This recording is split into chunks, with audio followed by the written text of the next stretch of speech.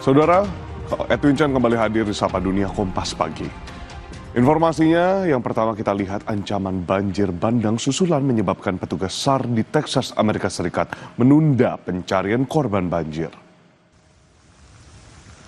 Hujan deras yang masih mengguyur wilayah Kerr di Texas, Amerika Serikat menghantui semua orang akan bahaya banjir bandang yang beberapa waktu lalu menerjang. Karena trauma itu, petugas SAR menghentikan sementara pencarian korban banjir bandang yang masih belum ditemukan. Sedikitnya 129 orang tewas dan lebih dari 170 lainnya masih hilang akibat tersapu banjir bandang.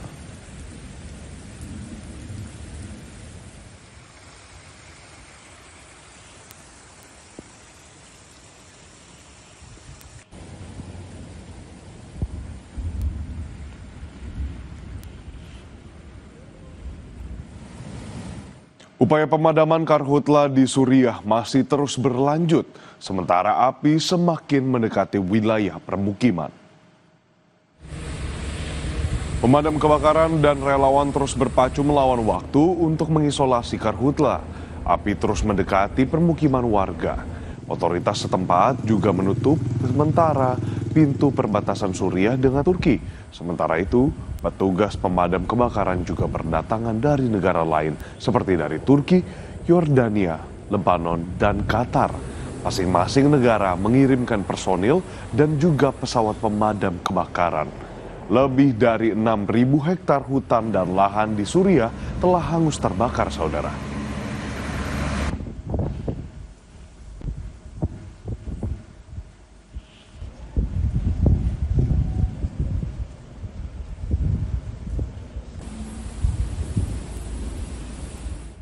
Para kerabat memberikan penghormatan terakhir pada hari Minggu di pemakaman seorang warga Palestina, Amerika, dan temannya yang terbunuh di tepi barat yang diduduki Israel.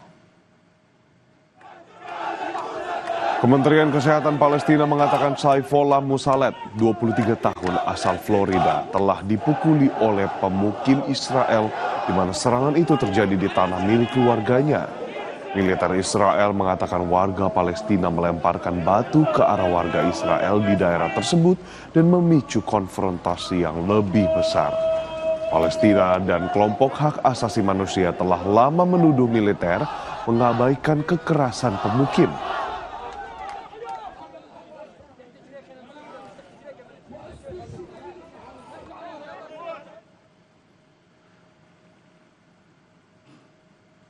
Sementara itu, kepulan asap terlihat mengepul dari jalur Gaza pada hari Minggu saat militer Israel melanjutkan operasinya di wilayah tersebut.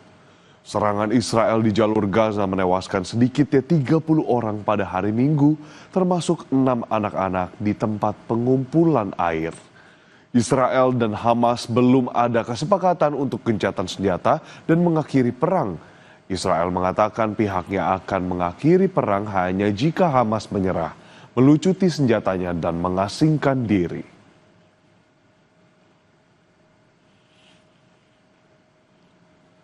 Militer Israel kembali melancarkan puluhan serangan udara di kota Beit Hanun di Gaza Utara, saudara. Rekaman yang dirilis oleh militer Israel menunjukkan beberapa ledakan target yang disebabkan oleh puluhan jet tempur Israel yang melakukan serangan udara di Beit Hanun, tempat lebih dari 35 target diserang.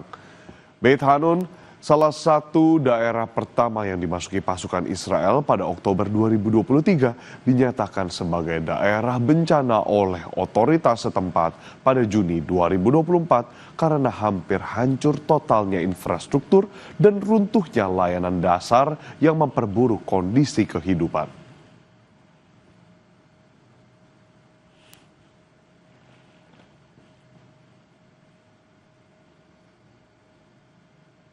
Usai jeda, kami ajak Anda untuk melihat dua atlet free running Turki, Hazal Nehir dan Lilo Ruel, kembali beraksi parkur setelah rehat panjang. Simak aksinya usai jeda.